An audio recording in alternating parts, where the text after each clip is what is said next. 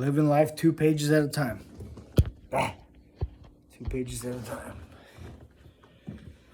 This is going to be the best system to keep my brain as fucking sharp as possible and my fucking thinking the best and the mental edge and all that.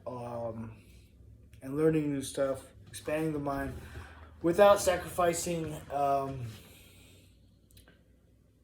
weakness. This is just a rest for my body and a workout for my mind. That's what I see this sitting down as, a rest for my body, workout for my mind.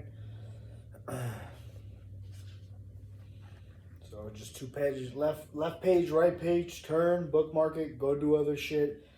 Whenever I get an itch to rest my body and work my mind, I'll sit down and read another 2. This is going to be the best system, I believe. Because when I sit down in very long episodes, it makes me lazy. It takes my energy away.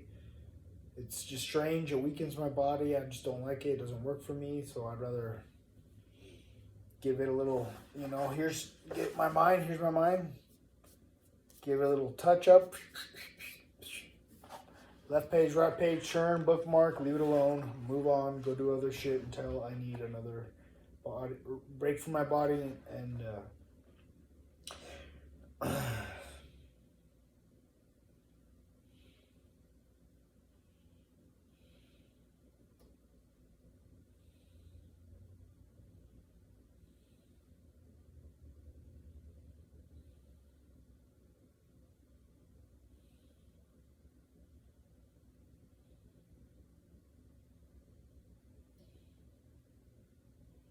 responses of key figures such as Delbruck and then Little Hart to what they believed Clausewitz had said. Complications of language and translation easily added to the confusion, which meant that the return to the classics led to some intense debates about what they really meant, as if that could help sort out the conceptual confusion that was developing around the attempted application of their ideas to contemporary problems. While these debates were gathering steam, an important new English translation of Clausewitz by Peter Parrott and Michael Howard was established, and an English edition of Delbruck became available for the first time. Behind all this, there was one large issue, which was whether there was an alternative to large-scale battle as a route to victory. There was a further and more difficult issue about the meaning and possibility of victory itself. Limited war had been prominent. I don't think I like this talking, even though that lady told me. And this is the 3rd installment of the 2-page brain sharpening system. Even though she said that, you got to read out loud, I did that on the second little episode, little short 2-page episodes. I didn't. I almost don't like it. I'll do it one more time. Maybe that's why I need to do it, because I don't want to do it. You know what I'm saying? So possibly limited war had been prominent in the 18th century, and there were examples of it from the 19th. If a war was to end without one state subjugating another, there was going to have to be some sort of negotiation. The bargain struck could be assumed to have some relationship to the balance of power at the conclusion of hostility. Clausewitz had recognized this possibility, but he had not explored it fully. His main focus was the use of battle to eliminate the enemy army as a fighting force and thus render... His main focus was the use of the battle to eliminate the enemy army as a fighting force and thus render the enemy state helpless.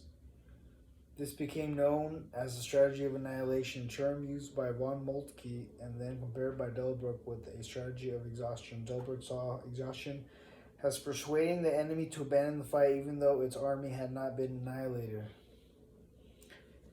Exhaustion suggested that the enemy had been worn down to the point that it could not face further war. This was most likely to occur if its survival was not at issue, and the stakes were limited and susceptible to compromise. Confusion then entered with regard to method, because there was no reason why exhaustion could not result from a series of inconclusive battles.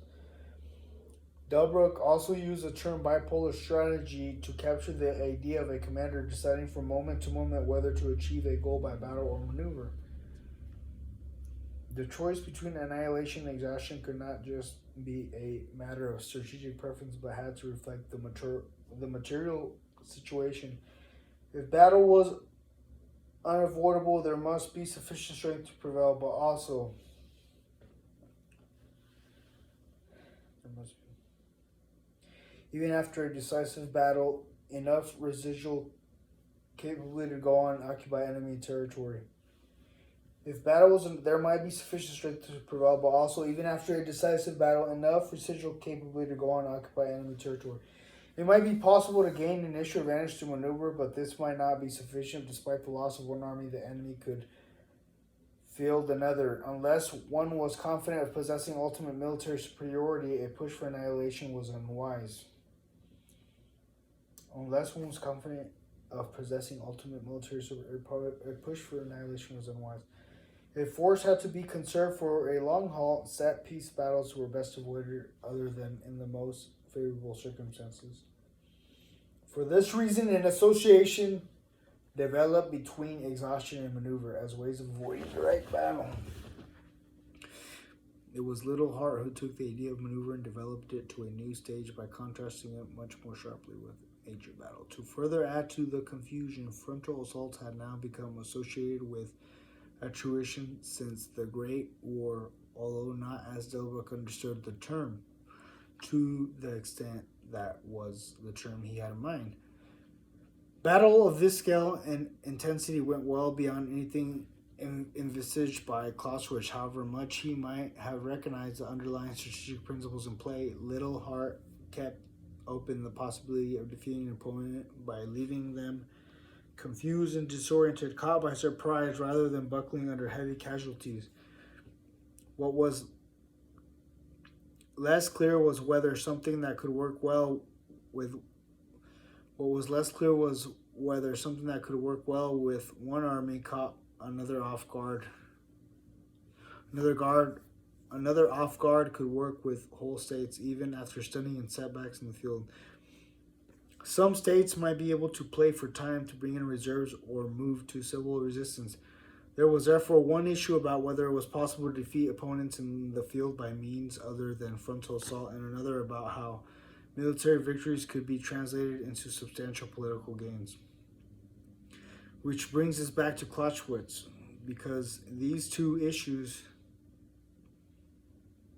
which go to the heart of his unfulfilled interests and deviations from the strategy of annihilation, were captured but not resolved in one of his enduring but most unsatisfactory concepts, the center of gravity, or Schrittpunkte. This was a concept which came to be adopted by Western military establishments, although in ways that aggravated its inherent problems.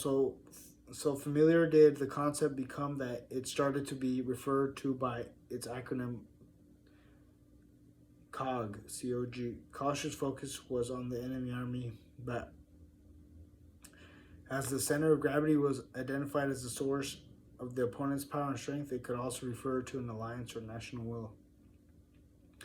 By the late 1980s, these various strands come together to form a distinct doctrinal form embedded in Western military establishment.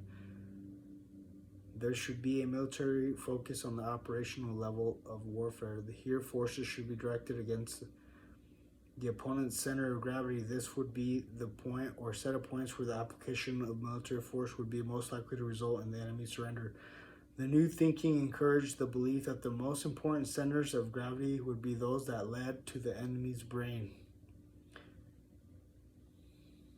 using shock and disorder to produce mental dislocation, therefore paralysis, rather than blasting away at the enemy's physical strength.